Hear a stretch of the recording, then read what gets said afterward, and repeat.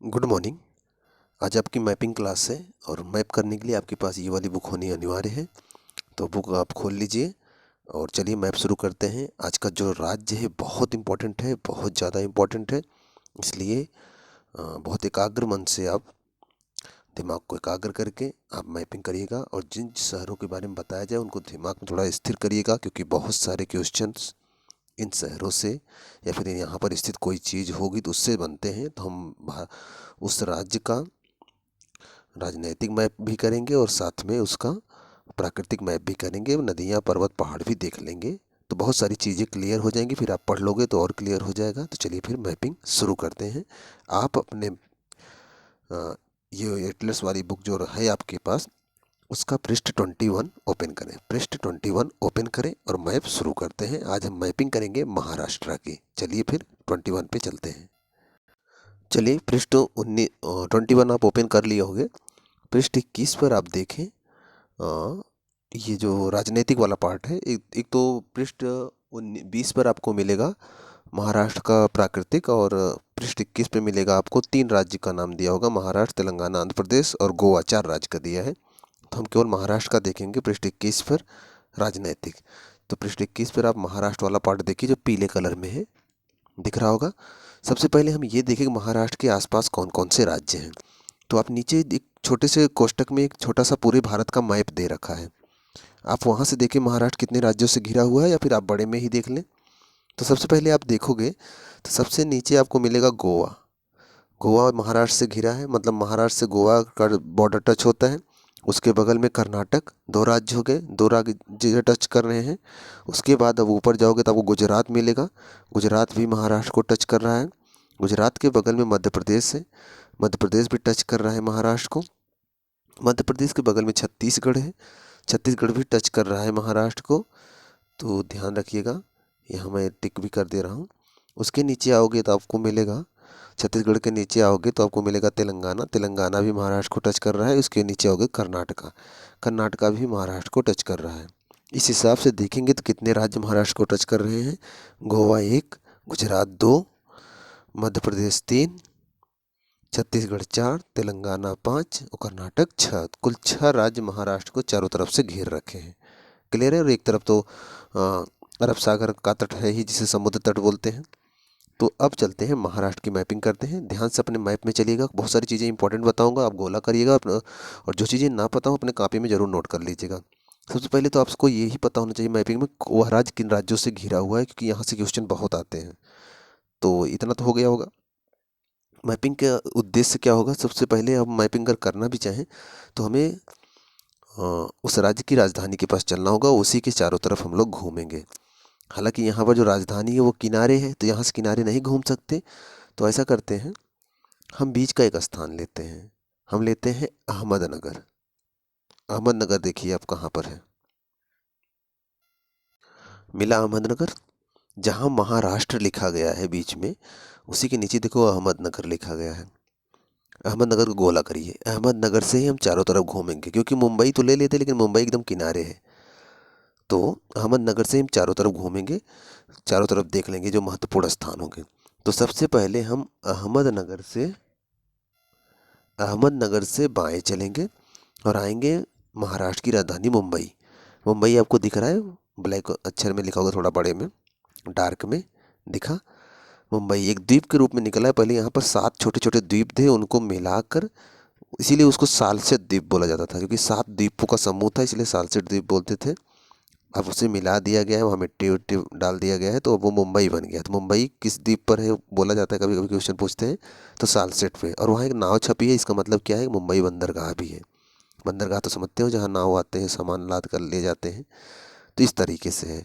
और खड़ी जैसी संरचना बनी दिख रहा है आपको। मुंबई के बगल में आपको ठाणे दिख रहा होगा, ये वहाँ के मशहूर शहर है, इसलिए जानते रहेगा। और मुंबई के बगल में ही आपको ऊपर की तरफ बांद्रा मिल रहा हो, दिख रहा होगा। तो मुंबई, ठाणे, बांद्रा आसपास में ही है। देखो आप, मुंबई है, उसके वहीं पर देखो जहाज छपा हुआ है, इसका मतलब क्या है, हवाई जहाज छपा था, इसका मतलब क्या है, मुंबई में हवाई अड्डा भी है। दूसरी बात, वहीं पर ऊपर आपको बांद्रा लिखा मिलेगा, तो इसका मतलब मुंबई से बांद्रा पास में ही है। और बाएं दाहिने तरफ देखो आप, तो आपको ठाणे लिखा मिलेगा, इसका मतलब मुंबई ठाणे भी आसपास में है। ठीक। और उसके ऊपर आप जाएंगे, बांद्रा के ऊपर जाएंगे तो आपको मिलेगा वसई। वसई देखिए ध्यान से, वसई भी गोला करिएगा। ये वसीन था पहले, इसका नाम वसीन था। वसीन की संधि हुई थी, इतिहास में आप पढ़े होंगे, तो यही है।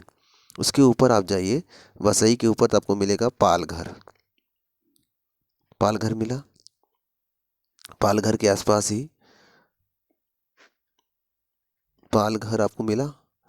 पालघर के ऊपर देखो आपको तारापुर मिलेगा। तारापुर महाराष्ट्र में है और वहाँ पर ताप विद्युत का मतलब ताप विद्युत बनाया जाता है, कोयले से बिजली बनाई जाती है, जैसे ये महत्वपूर्ण है, ध्यान रखिएगा। और आज आपको दमन दीव और दादरा नागर हवेली के बारे में बताया गया था, ध्यान से देखिए। आपको तारापुर के ऊपर आपको मिलेगा दमन दीव दादरा नागर हवेली मिल रहा है। चलिए नीचे आइए, अभी मुंबई वापस आइए। मुंबई आप वापस आए गए। मुंबई में पहले मुंबई की कुछ विशेषता जान लो। मुंबई जो है, नाम जो पड़ा है मुंबई का, यहाँ पर एक देवी रहती थी, मुंबा देवी। दरअसल यहाँ पर मछुआरे रहते थे। मछुआरे अक्सर जब समुद्र में पहले जाते थे तो कुछ डूब जाते थे, कुछ मर जाते थे, तो वो लोग एक पूजा करने लगे मुंबा देवी की। तो मुंबा देवी के नाम से ही यहाँ पर, मुंबा देवी के नाम से मशहूर हुआ यह स्थान और मुंबई इसका नाम पड़ गया। वास्तव में यहाँ एक मुंबा देवी की पूजा मछुआरे करते थे। ठीक। मुंबई के पास में ही अलीबाग लिखा हुआ है, ध्यान से देखें। अलीबाग एक बीच है, समुद्र बीच होता है ना, लोग घूमने टहलने जाते हैं वहाँ किनारे, घूमते टहलते हैं और जानते हो रेत में लेटे रहते हैं, आराम करते हैं। हमारे जो अंग्रेज भाई लोग आते हैं वो तो बहुत यहाँ पर घूमते टहलते रहते हैं, आप तो जानते होंगे, मुंबई बीच का नाम तो सुने होंगे। तो ये अलीबाग एक बीच है, यहाँ पर लोग घूमने टहलने जाते हैं। ठीक। उसके बाद आप नीचे आइए तो किनारे के कुछ राज्य देख ही लेते हैं। किनारे आइए नीचे, आपको मिलेगा जहाँ अरब सागर लिखा गया है वहाँ देखिए अब रत्नागिरी मिलेगा। रत्नागिरी नीचे मिला। रत्नागिरी क्यों मशहूर है? बाल गंगाधर तिलक को आप जानते होंगे, इनका जन्म ही रत्नागिरी में हुआ था, इसको याद रखिएगा। तो रत्नागिरी यहाँ पर है। अब थोड़ा सा अंदर चलते हैं। रत्नागिरी के जस्ट दाहिने तरफ देखें, नीचे की तरफ, रत्नागिरी से दाहिने तरफ देखें आप थोड़ा सा नीचे, तो आपको मिलेगा कोल्हापुर।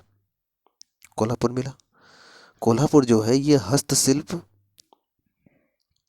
कोल्हापुर जो है हस्तशिल्प और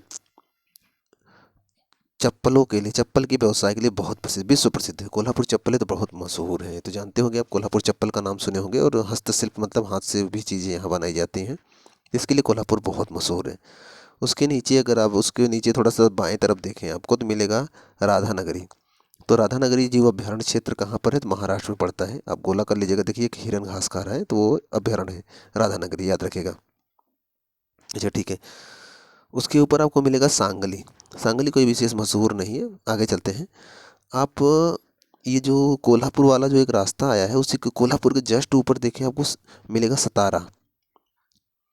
सतारा मिला।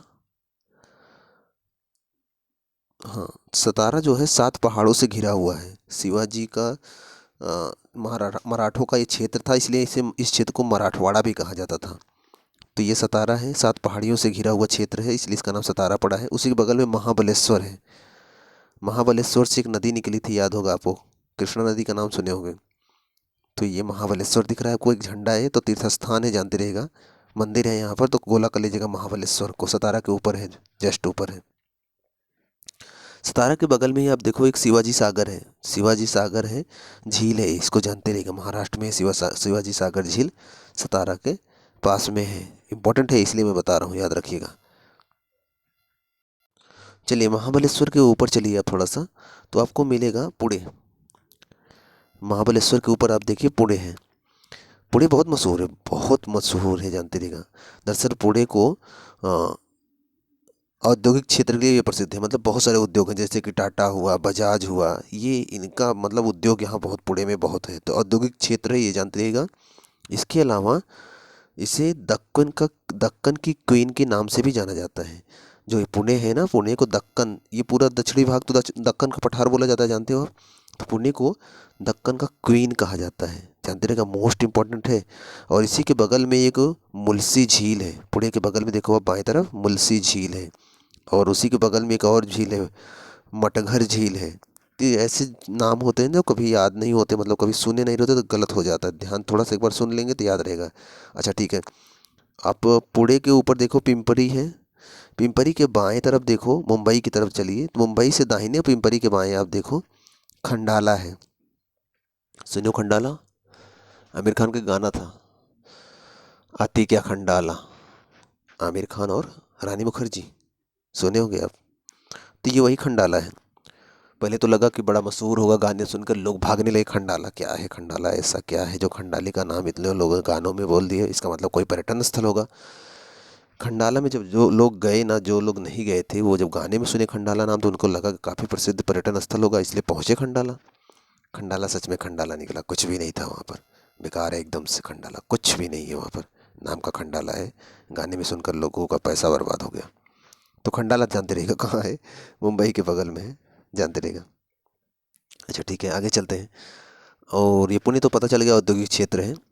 और आप मुंबई के ऊपर ही देखो कल्याण है, कल्याण एक स्टेशन है, आप सुनते होंगे, जब जो लोग जाते हैं मुंबई तो कल्याण स्टेशन रुकते हैं। कल्याण कोई विशेष मशहूर नहीं, वहाँ एक कालू नदी बहती है, ऊपर देखो लिखा भी है कालू, उधर से ही चलते हैं, छोड़ दीजिए। पनवेल भी है, खंडाला आप देखिए तो खंडाला के ऊपर देखो पनवेल मिलेगा, पनवेल भी एक स्थान है, जानते रहेगा। इधर आते हैं अहमदनगर, जहाँ से हम लोगों ने मैपिंग शुरू किया था, अहमदनगर। तो अहमदनगर के बारे में थोड़ा सा पहले आपको बता दूं, अहमदनगर क्यों मशहूर है। दरअसल अहमदनगर इसलिए मशहूर है, सॉरी ये रहा अहमदनगर, एक मिनट, ये है अहमदनगर। आप नेहरू जी का नाम सुने होंगे, जवाहरलाल नेहरू को। जब भारत छोड़ो आंदोलन के समय सभी बड़े नेताओं को गिरफ्तार किया गया था, तो नेहरू जी को भी गिरफ्तार कर लिए थे। तो आप सुने होंगे अहमदनगर जेल में इनको बंद किया गया था। तो यही अहमदनगर है, यही एक जेल थी, इसमें बंद किया गया था। और यहीं पर नेहरू जी ने एक पुस्तक लिखी थी, डिस्कवरी ऑफ इंडिया, भारत की खोज, याद होगा आपको। तो क्वेश्चन भी पूछता है डिस्कवरी ऑफ इंडिया किसकी है, नेहरू जी की है। कहाँ लिखे थे, किस जेल में था, अहमदनगर जेल में था। अहमदनगर कहाँ है, महाराष्ट्र में, याद रह जाएगा। चलिए आगे चलते हैं। आप ऊपर चले, अहमदनगर से थोड़ा सा बाएं से ऊपर चले, या फिर अहमदनगर के ऊपर आप थोड़ा बाएं देखें तो आपको शिरडी मिलेगा। शिरडी वाले साईं बाबा, आया है तेरे दर पे पुजारी, सुने हैं, गाना तो सुने होंगे आप लोग, गाना कहाँ छूटता है। तो ये जो शिरडी वाला साईं बाबा वाला जो गाना है, शिरडी वाली मंदिर जो है यहीं पर है, दिख रहा है ना आपको, शिरडी। अच्छा ठीक है, शिरडी तो दिख गया होगा। शिरडी के बगल में ही एक झील है, बेयल झील, प्रवरा नदी पर है, तो जानते रहेगा इसको, ये बहुत इंपॉर्टेंट नहीं है।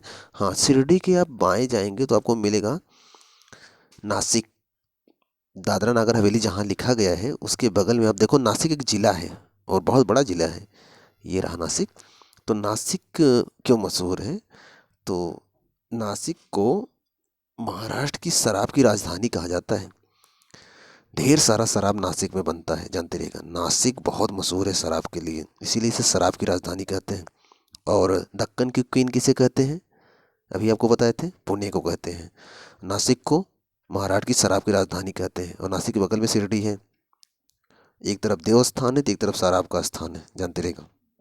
अच्छा ठीक है, जानते रहेगा बस नासिक कहाँ है। और नासिक किस नदी के किनारे है, तो नासिक के पास से निकली गोदावरी नदी, अभी ये दूसरे वाले मैप में देखेंगे गोदावरी नदी को, तो यहाँ से गोदावरी नदी गई हुई है। उसके बाद नासिक के ऊपर चले, आपको मिलेगा मालेगांव, मिला, मालेगांव मिला। अच्छा ठीक है, मालेगांव मिल गया होगा। मालेगांव क्यों है, ये कपड़ा उद्योग के लिए प्रसिद्ध है, मालेगांव कपड़ा उद्योग के लिए प्रसिद्ध है। वापस आइए आप नासिक, फिर से आइए, नासिक के बगल में आपको शिरडी आइए, शिरडी से दाहिने चलिए, दौलताबाद मिलेगा, याद होगा, किसी ने अपनी राजधानी देवगिरी से दौलताबाद स्थापित किया था, याद है, ये वही दौलताबाद है। कौन था, चलिए कमेंट बॉक्स में बताइए अगर आपको पता है। मैं इतना हिंट करता हूँ, सल्तनत काल का शासक था, देवगिरी से अपनी राजधानी दौलताबाद बनाया था। तो ये यहाँ पर दौलताबाद है, महाराष्ट्र में है। और अच्छा, दौलताबाद के बगल में ही आपको मिलेगा एलोरा, एलोरा अजंता गुफाएं सुने हैं ना, एलोरा अजंता गुफाएं, और उसी के बगल में लिखा है औरंगाबाद। दरअसल औरंगाबाद ज़िले के अंतर्गत ही दौलताबाद, एलोरा और एलोरा आते हैं। औरंगाबाद ज़िला बड़ा मशहूर है, और औरंगाबाद ज़िले में ही औरंगजेब का मकबरा है। औरंगजेब को जानते हैं ना, मुगल शासक था, शाहजहाँ का बेटा, तो इसका मकबरा औरंगाबाद में है। और इसने अपनी बीबी का, अपनी मतलब वाइफ का मकबरा भी यहाँ बनाया था, जिसे बीबी का मकबरा कहा जाता है, जिसे कि झूठा ताजमहल भी कहा जाता है, ब्लैक रंग का बना था, तो दूसरा ताजमहल भी कह सकते हो। तो औरंगाबाद में ही है, तो इसने बनवाया था औरंगजेब ने। औरंगाबाद में उसका मकबरा है, जानते रहेगा। उसकी बीवी का भी मकबरा है उसी में। वहीं पर एलोरा अजंता गुफाएं हैं, एलोरा गुफाएं हैं, और वहीं दौलताबाद भी है। चीज़ें इंपॉर्टेंट है, याद रखिएगा। औरंगाबाद के ऊपर देखो आपको मिलेगा अजंता, तो मतलब एलोरा की गुफाएं, अजंता गुफाएं पास पास में, तो औरंगाबाद में वो भी है, क्योंकि ये जो औरंगाबाद जिला है बड़ा है, उसमें आता ही है। ठीक है। औरंगाबाद और अजंता के ऊपर आप देखो तो आपको मिलेगा भुसावल। अरे अजंता के ऊपर आपको जलगांव दिखेगा, जलगांव के दाहिनी थोड़ा सा देखिए हल्का सा, आपको मिलेगा भुसावल। भुसावल क्यों मशहूर है? केला के लिए, जानते हो आप। भुसावल का केला बड़ा मशहूर है। और भुसावल के पास यवल एक बाग जीव अभ्यारण्य क्षेत्र है, तो गोला कर लीजिएगा, यवल जीव अभ्यारण्य क्षेत्र महाराष्ट्र में। ठीक है, तो यहाँ पर मिल जाएगा आपको। चलिए वापस आए। अब वो आप वापस फिर से अहमदनगर आइए, नहीं तो भटक जाएंगे। अहमदनगर से आप जब नीचे आओगे तो आपको मिलेगा, नीचे एकदम उससे आइए तो जहाँ सांगली लिखा है, सांगली से बगल दाहिने तरफ जाइए तो आपको सोलापुर मिलेगा। सोलापुर ढूंढिए, वीडियो वीडियो को रोकिए, और एक प्रकार से अहमदनगर के एकदम नीचे ही कर्नाटक के बॉर्डर पर, ये जो सफ़ेद वाला क्षेत्र है, इसी के बॉर्डर के पास आपको मिलेगा सोलापुर। सीना नदी उसी के बगल से आई हुई है। सोलापुर ढूंढिए, मिल गया। सोलापुर क्यों मशहूर है? दरअसल यहाँ पर मल्लिका अर्जुन खड़गे का मंदिर है, उसके लिए मशहूर है। और बीड़ी सिगरेट का उद्योग है यहाँ पर, तंबाकू बीड़ी का उद्योग बड़ा फेमस है सोलापुर का, तो जानते रहेगा। सोलापुर महाराष्ट्र में है, तो यहीं पर है, याद रह जाएगा। अच्छा, सोलापुर के आप दाहिने थोड़ा सा ऊपर जाएं तो आपको मिलेगा लातूर। मिला? लातूर मिला। लातूर जो है ये पर्यटन स्थल है, लोग यहाँ घूमने जाते हैं। यहाँ पर बहुत सारी पुरानी पुरानी गुफाएं हैं, तो इसके लिए मशहूर है, याद रखिएगा। और इसके बाद आप नांदेड़ जाइए, लातूर से दाहिने थोड़ा ऊपर देखिए, नांदेड़ मिलेगा। नांदेड़ में क्या है? नांदेड़ में कई तीर्थ स्थल हैं, कई मंदिर हैं, इसलिए वो मशहूर है, तो जानते रहेगा इसको। और इसके बाद आपको बहुत इधर मशहूर नहीं है, थोड़ा सा मशहूर है अमरावती। तो आप नांदेड़ के ऊपर चले जाइए, उत्तर की तरफ जस्ट ऊपर जाइए, आपको अमरावती मिलेगा। ना मिले तो वीडियो पॉज करके देखिएगा, आपको अमरावती मिल जाएगा। ये मैं गोला कर रहा हूँ, यहाँ पर मिलेगा। अमरावती मिला। अमरावती जो है ये मशहूर है, एक मिनट, अमरावती, हाँ अमरावती तो आप सातवाहन शासकों को जानते होंगे ना, सातवाहन शासक, तो सातवाहन शासकों की राजधानी थी अमरावती, तो जानते रहिए। एक अमरावती आपको आंध्र प्रदेश में मिलेगा, ये महाराष्ट्र वाली अमरावती की बात कर रहे हैं। ठीक। उसके बाद वर्धा महाराष्ट्र में है, आप जानते होंगे, वर्धा सत्याग्रह किए थे गांधी जी, याद होगा। उसी के ऊपर बोर है, बोर बाघ अभ्यारण्य है, तो याद रखिएगा, उसको अंडरलाइन कर लीजिएगा, बोर बाघ अभ्यारण्य। और बोर बाघ अभ्यारण्य के ऊपर आपको मिलेगा नागपुर। ध्यान से देखिएगा, बहुत इंपॉर्टेंट चीज़ें बता रहा हूँ मैं। नागपुर मिला। नागपुर जो है संतरे के लिए मशहूर है, जानते हो आप, नागपुर के संतरे बहुत मशहूर हैं। और नागपुर के ऊपर आपको पेंच अभ्यारण्य मिलेगा, एक हिरण है ना, दिख रहा है, गोला करिए। पेंच अभ्यारण्य बहुत मशहूर है ये भी, पेंच अभ्यारण्य। पेंच अभ्यारण्य की दाहिनी तरफ देखो एक अभ्यारण्य और है, नागजीर अभ्यारण्य, ये भी महाराष्ट्र में, गोला करिए। और नागजीर अभ्यारण्य के नीचे एक अभ्यारण्य और है, नवेगांव अभ्यारण्य, इसको भी गोला करिए। मिला। नवेगांव अभ्यारण्य के नीचे देखो आपको गढ़चिरौली एक स्थान मिलेगा, गढ़चिरौली मिला।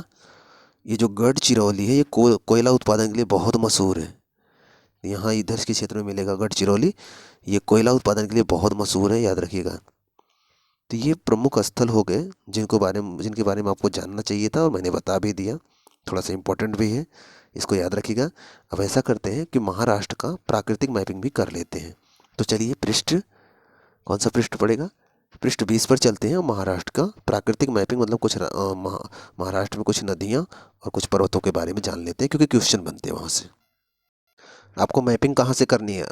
पृष्ठ 20 खोलिए, पृष्ठ 20 पर चलिए, और ऊपर जहाँ गुजरात लिखा है उसके दाहिने, मध्य प्रदेश ऊपर लिखा है, जहाँ सतपुड़ा पर्वत लिखा है उसके नीचे, और नीचे जहाँ गोवा कर्नाटक लिखा है इसके ऊपर, इस दाहिने तरफ जहाँ तेलंगाना लिखा है इसके अंदर के क्षेत्र में ही हमें पर्वत, पहाड़ियों और नदियों को देखना है, क्योंकि वो वही ही महाराष्ट्र में होंगे।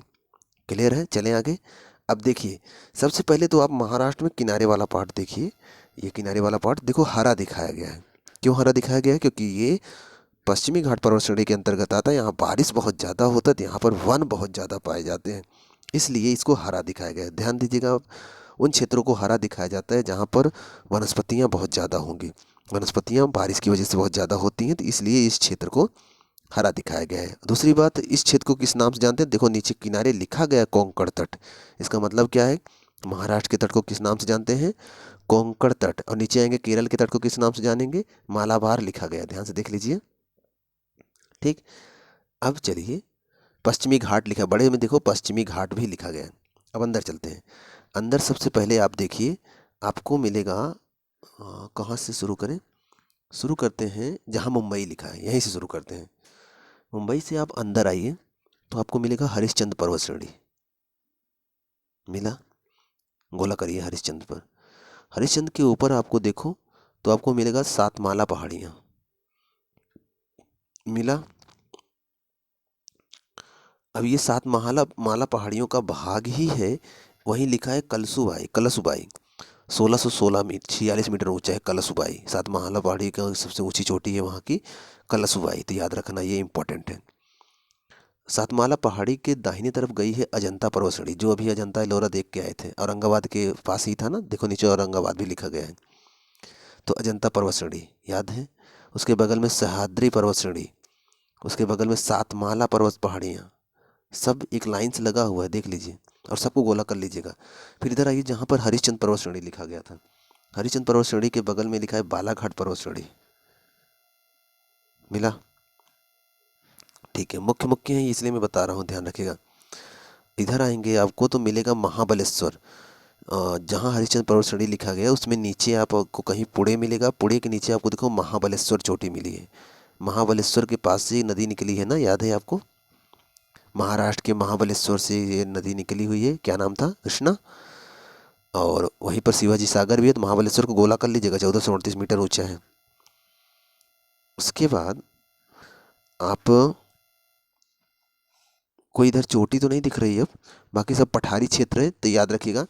अब थोड़ा सा हम नदी देख लेते हैं। नदी जो देखेंगे ध्यान से देखिएगा, जो बता रहा हूँ बहुत इंपॉर्टेंट है। नदी जो आप सबसे पहले नासिक वाले क्षेत्र से देखिए, एक नदी आई हुई होगी, औरंगाबाद जहाँ लिखा गया है उसके बगल से ही एक नदी आई हुई है, तो कलसूबाई के क्षेत्र से, जहाँ कलसूबाई लिखा था वहीं से निकली हुई है। तो वहाँ पर देखो छोटी छोटी नदियाँ हैं इधर के क्षेत्र में, जहाँ नासिक था याद होगा आपको, ये जैसे ये नासिक है, तो यहाँ से नसों की जैसी नदियाँ निकली हैं, जैसे लिखा होगा अल झील, प्रवरा, दरना, दिख रहा है ढेर सारी छोटी छोटी नदियाँ। मुल्ला, मुला लिखा गया है, दिख रहा है। अब ये नदियाँ आगे बढ़ रही हैं, आगे बढ़कर मिल जाती हैं और मिलकर एक नदी बनाती हैं गोदावरी। दिखा? गोदावरी के नाम से वो आगे बढ़ रही है। फिर वो और आगे आती थोड़ी मोटी हो जाती, तो इसमें और भी नदियाँ, दूधना, पूर्णा, दिख रहा है ना? आप ध्यान से देखिएगा, ध्यान से, अगर ना दिखे तो वीडियो पॉज करके देख लीजिएगा। दूधना, पूर्णा, पेनगंगा, दिख रहा है? ये सब नदियाँ आकर गोदावरी में वापस मिल रही हैं। और इधर से भी ढेर सारी छोटी छोटी नदियाँ जाके मिल रही हैं। एक नदी और आप देखोगे दाहिनी तरफ से मिल रही है, मंजीरा। मंजीरा ध्यान से देख लीजिएगा, सब बहुत इंपॉर्टेंट है। मंजीरा, ये सब नदियाँ जाकर मिली हैं गोदावरी में। फिर गोदावरी एक बड़ा रूप लेकर आगे बढ़ती है, फिर तेलंगाना से होते हुए आंध्र प्रदेश में जाती है। आंध्र प्रदेश में भी ये देखो, अब प्राणहिता एक नदी आई हुई है, बाएं तरफ से देखो एक नदी आई प्राणहिता, उसके बगल से एक नदी आई है इंद्रावती, दिख रहा है? ये सब आकर गोदावरी में मिली हुई है। फिर ये आगे बढ़ी है और आगे एक नदी और है किन्नार सरसना, ये भी जाकर गोदावरी में मिली है। फिर गोदावरी आगे बढ़ते बढ़ते गोदावरी आकर यनम के पास, जो पुडुचेरी का भाग है, उसी के पास से होते हुए ये गिर जाती है कहाँ? बंगाल की खाड़ी में। ठीक, और वहीं पर एक बगल में झील भी बना है, कोलेरू झील, दिख रहा है आपको? गोदावरी के दाहिने तरफ देखें आप, कोलेरू झील बंगाल खाड़ी के पास में मिलेगा आपको। मिल गया? ठीक है, थोड़ा सा कृष्णा को देख लेते हैं। कृष्णा महाबलेश्वर के पास से निकली है और उसमें कई नदियाँ, जैसे कि सीना, महाबलेश्वर के पास से निकली है, जैसे उसमें कई नदियाँ जैसे सीना, भीमा, मान, नीरा, बोरी, ये तमाम नदियाँ आकर मिलती हैं और ये बनाती हैं बोरी, ये सब आकर मिलती हैं भीमा, लास्ट में बनती हैं भीमा, भीमा के नाम से आके मिलती हैं कृष्णा में। और कृष्णा में माल प्रभा, घाट प्रभा, तुंगभद्रा, ये भी नदियाँ जाकर मिलती हैं कृष्णा में, और कृष्णा एक बड़ा रूप लेकर आगे बढ़ती है।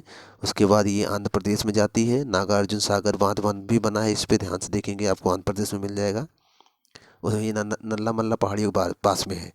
उसके बाद आगे जाएगी कृष्णा, उसमें और नदियाँ, मूसी नदी, पल्लेरू नदी, मुनेरू नदी, कोलेर नदी आकर मिलती है। तो गुंटूर के पास से ये गिर जाती है बंगाल की खाड़ी में।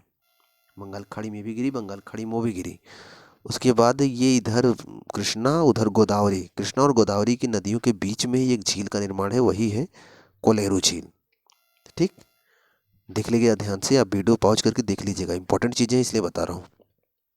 तो कृष्णा गोदावरी आपको मिल गई। और भी नदियाँ थी यहाँ पर, छोटी मोटी बहुत सारी नदियाँ हैं। ये मोस्ट इंपॉर्टेंट बड़ी बड़ी नदियाँ हैं, और इनका जो सहायक नदियाँ बड़ी बड़ी हैं वो भी मैंने बता दिया। तो मोटी मोटी चीज़ बता दी है, बहुत डिटेल में आपको बताने की ज़रूरत नहीं, क्योंकि आप कोई पीसीएस की तैयारी नहीं कर रहे हो। जितना आप कर रहे हो उतने के लिए ये तैयारी, इतना मैपिंग बहुत इम्पोर्टेंट, बहुत ज़्यादा है। मतलब आपकी ज़रूरत से भी ज़्यादा ये मैपिंग है। इतना भी आपको नहीं मेहनत नहीं करना है इस, मतलब कि एसएससी की तैयारी में। फिर भी अगर आप कर लोगे तो आपको आगे भी बहुत काम देगा। तो मैपिंग बहुत ज़रूरी होता है, मैप होता है तो हर चीज़ याद हो जाती है। तो आपने आज मैं महाराष्ट्र का मैपिंग किया, इसमें आपने इसके कुछ प्रमुख शहरों को देखा, प्लस कुछ पर्वतों को देखा। और आपको हरा भरा क्षेत्र इसलिए बताया गया क्योंकि यहाँ पर बारिश बहुत होता है, तो यहाँ पर वनस्पतियाँ बहुत हैं, तमाम चीज़ें, प्लस किसके किसके महाराष्ट्र घिरा हुआ है ये भी पता चल गया। तो आशा करते हैं कुछ ज़रूर समझ में आया होगा, और मिलते हैं आपसे नेक्स्ट वीडियो में। अगर चैनल पे पहली बार है, चैनल को सब्सक्राइब कर लीजिए। मिलते हैं नेक्स्ट वीडियो में, तब तक आप पढ़ते रहें।